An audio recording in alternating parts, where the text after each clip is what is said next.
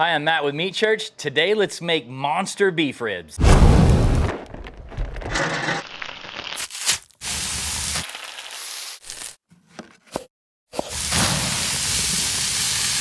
Well, welcome back to our barbecue series, 3-part series this month during National Barbecue Month leading up to Traeger Day on May 20th. Part 1 was brisket. Today, we're doing Texas-style monster beef ribs. And then part 3 is gonna be pulled pork with some key tips in it. So beef ribs, to me, the king. It's the best bite in barbecue, end of story. It is the bite that I took that made me fall in love with Texas barbecue. I grew up on sweet barbecue in the South. I was down in Lockhart, Texas, which is known as the barbecue capital of the world. I took one bite of a beef rib, seasoned simply with salt and pepper, cooked with post oak, and my head snapped back and I was like, I wanna do this. So this is personal to me. But I've got a special guest with me again today, my buddy Chad Ward. Come on in here, old boy. Man, I tell you what, you got a Kleenex? After hearing that story, I need to dab up a little bit, man. That's awesome. I'm trying to get emotional on them here, trying to hook the audience in. Look at this. Oh, the beef ribs are so amazing. No big deal, found these at my local HEB grocery store here. But you guys have it made in Texas when it comes to finding briskets and beef ribs, man. Yeah, we're a little spoiled. So what this is, before we jump into this too much, these are beef ribs, 3 bones. The cut is known as a 1-2-3A rib, also known as plate ribs, short ribs. You know, people always ask where you can find these. Obviously, I told you I'm lucky and found them at my grocery store, but I'll let you give some tips. But what I tell people, you usually go to a butcher and ask for them, you're gonna find them. If you can't find these, if you find chuck ribs, they have 4 bones in them, that's a great alternative. Or if you ever go to a place and you see cross-cut beef ribs, little tablitas, you can ask the meat department, hey, can you leave those whole? And you can buy them that way, but I don't know if you have. You actually stole my tip there. Usually that's my whole thing is if you see the Korean short ribs, go ahead and say, hey, are you guys cutting these in here? And if they are, they've got the plate ribs for you. So no, I think that, and just knowing the 123A, if you go to a butcher that's a little, what exactly are you looking for? Having that USDA number always helps. But most butchers, yeah, everybody knows who it is. If they don't have it, they'll get them for you. So here's what I say about beef ribs. This is gonna be so simple, but we're gonna give you a couple key tips. It's so simple, it's hardly even fair to call it a recipe, but just because you put seasoning on it and you throw it on your Traeger doesn't mean that it's gonna turn out how it's intended to turn out, and we'll get to those tips at the end. But it's, I think, one of the easiest cooks and the best tasting cook, and everybody should do it. I'll tell you what, the good Lord blessed us with this one because it's got so much marbling, so easy to cook, so resilient, and so dang good. Yeah, I can, kind of face this to camera and see the marbling is insane on even these. back here too. I mean, This is prime beef. This is not, Wagyu or anything crazy like that. So I'm gonna jump into a little bit of trim while we continue to talk about this. But let me show you the backside first on the membrane side. First tip I'm gonna give you, I don't pull this membrane. I used to pull it at one point in my barbecue journey. That's really the only thing holding these ribs together. And on pork ribs, I like to pull it because I want the seasoning to penetrate the back. But look, if you don't know that, there's a list in Texas called the Texas Monthly Top 50. It's 50 of the best barbecue joints you've ever had. And those guys generally aren't pulling the membrane, so don't mess with it. All I'm gonna do before we get into seasoning, you don't have to remove all this fat across the top. Fat's flavor. So all I do is I look for where it's hard, like right through here, and I'm gonna shave a little bit of that off, but I'm okay leaving a thin layer. You don't have to remove the silver skin. That is not necessary on these whatsoever. So I'm super simple on these personally. Yeah, and I'm the same way. I think too, you have to remember this is gonna be a long cook. So any of that silver skin you do leave back is gonna break down. And once again, just keep it simple. And like you said, where you got that little heightened fat at, trim it down to where it's all nice and even, gonna cook nice and even.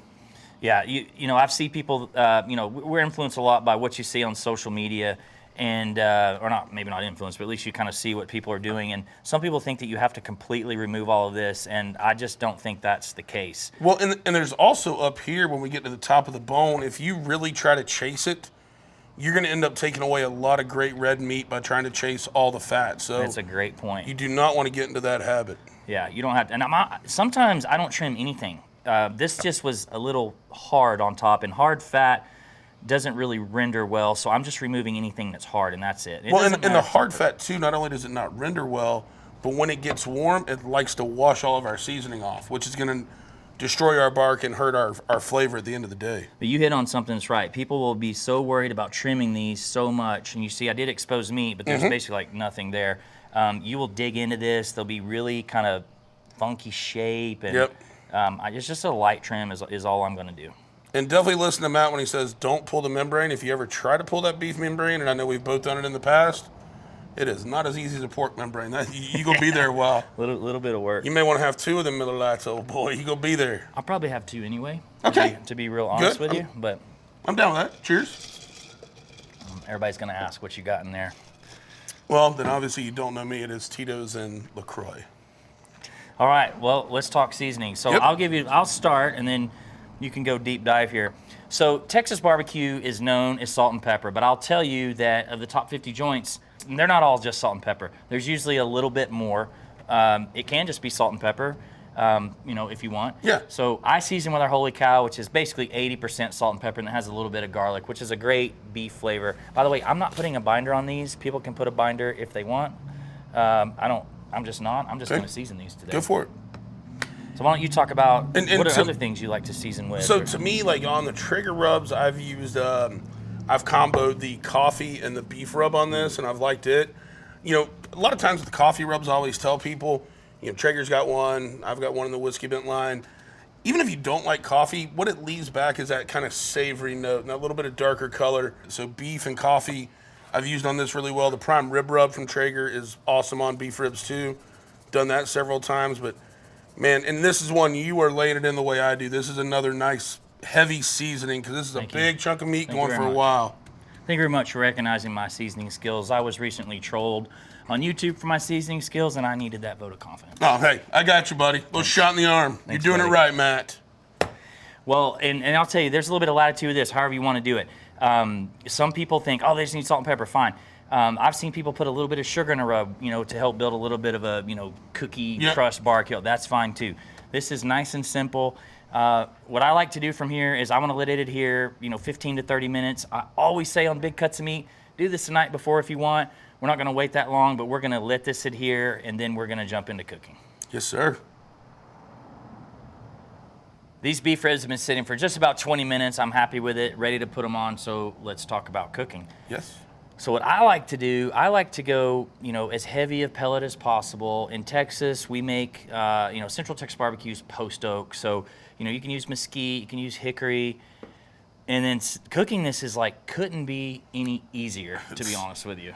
Really a blank canvas, super simple. And once again, kind of like one of those, depending on how much time you've got. I mean, optimally, you're going to cook at 275 for 8-9 hours. But, if you had to speed things up or slow things down, you've always got that opportunity too. Yeah, so we've set the ironwood up today, 250 degrees. Just give it a little more smoke, let it run a little bit longer. And what I'm doing, I cook this a little bit different than a brisket. And what I see a lot of people do is they cook them to the point of thinking they're done, and I personally think that you should push them a little further. So with an instant read thermometer or with your meter probe, whereas if a brisket was done at say 202, 203, I like my beef ribs to go closer to 210. I I'm right want there an with epic you. bark. I want them super jiggly, and we're actually going to demonstrate that. And tell you one more thing, I don't actually wrap. I don't do any wrap on my beef ribs. I like to run them through. It's okay if you do wrap 2/3 of the way through, Sure. 80% of the way through the cook, but I like that bark, so I go in no wrap personally. I don't know about you. Well, and I go no wrap also, and just like we showed earlier, that marbling allows you to get away with that. Yeah. And then the bark it builds, and you think about it, that is such a thick beef rib. You want that bark as thick as possible so you can get a little bit in each bite. Yeah. And if somebody doesn't want that, if you want to wrap in butcher paper or foil, you certainly can, but we're going no wrap today. So let's get these on. Let's do it.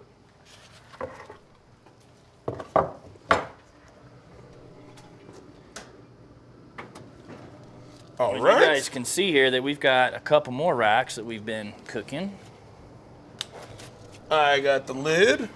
Well, that coordination was like Cirque du Man. Soleil level coordination that we just pulled off right there. Loved it.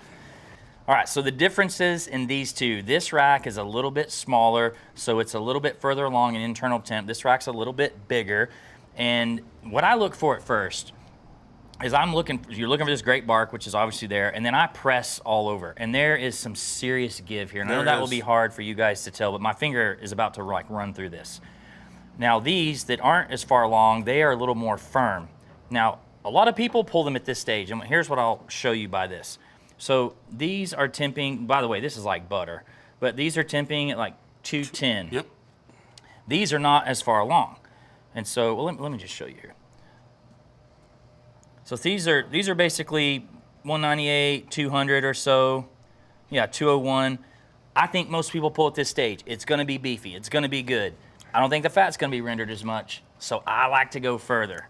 So, I'm right there with you, my man. Like, it is so tempting to take this off right now, but it's like you let it get to that 210, all that fat has just cooked off. It is so much more delicious. So, I mean, we can cut them both this way. Like I said, it's still going to eat good, but obviously they're super hot, so we've got to let them cool off. So we're going to let them rest here and cool down to ambient temperature for a while, and then we'll be back to cut into them and show you how we did.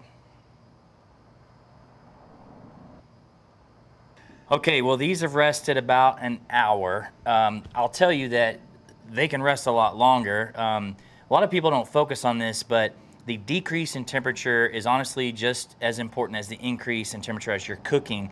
So this is something that you can rest for several hours, and I would recommend it.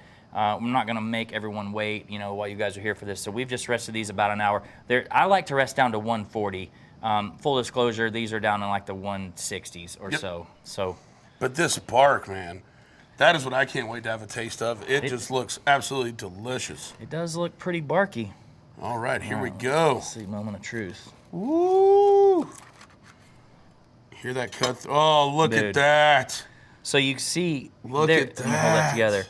The fat, like, this is what I talked about. I see this stuff on Instagram all the time. You see this big fat through here. It's not properly rendered out. Yes, it's going to taste good. It's going to be beefy, like I said. That is all, but it's all gone. Down. The only thing you see left is a little bit of fat that I left on top when I didn't trim, and now you know why I did it. I think, my briskets, I like fat side up because that fat is flavor, and when it's rendered and it's nice and brown like that, that's what you're looking for.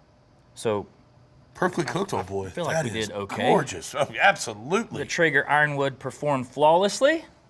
All right, so let's cut this one. I'm going to try to cut this a nice, huge, beefy. All right, well, I'll see you all later. You hear that? Woo, dang. Ooh, oh, there we go. Man, I thought the first one looked good. Son of a gun, look at that. Perfectly rendered, old boy. She thick. Man. Oh, now we get to sampling? We're gonna come off the end down here. Woo, I like that. That's good. Dang.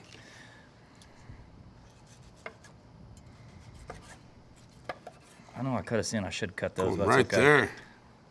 I mean, man, before I take a bite, that's like a meteor on the outside. I love it. But it's like just super pillowy, givey. Yeah, like, I mean, just that feel. Enough talking. Cheers. Oh, my God. Oh, gosh. The crunch of the bark. And then right into velvety, beefy, that little bit of fat. Oh, God, dang. Tastes like Texas. Yes, good. It does. That is delicious, old boy. Man, that's super good. I'm going to hold that back up. The pepper on top, like, it gets no better. Kansas City can have their cute little burn-in. I do like burn-ins, but it can't hold a candle to this. This is the undisputed king of barbecue, in my opinion. And this is why you cook the 210 internal right here. Man. To have the bite that we just had. That is amazing. Super duper good. So good, well, man, I'm glad you came out. Appreciate you coming. This has been fun. You serve me beef ribs like this all the time. I'll come back anytime. I know how to I'll work for food, old boy. Well, the recipe is down in the description of this video. It's also on Traeger.com. It's in the Traeger app. You have to download the Traeger app. So many awesome recipes in there.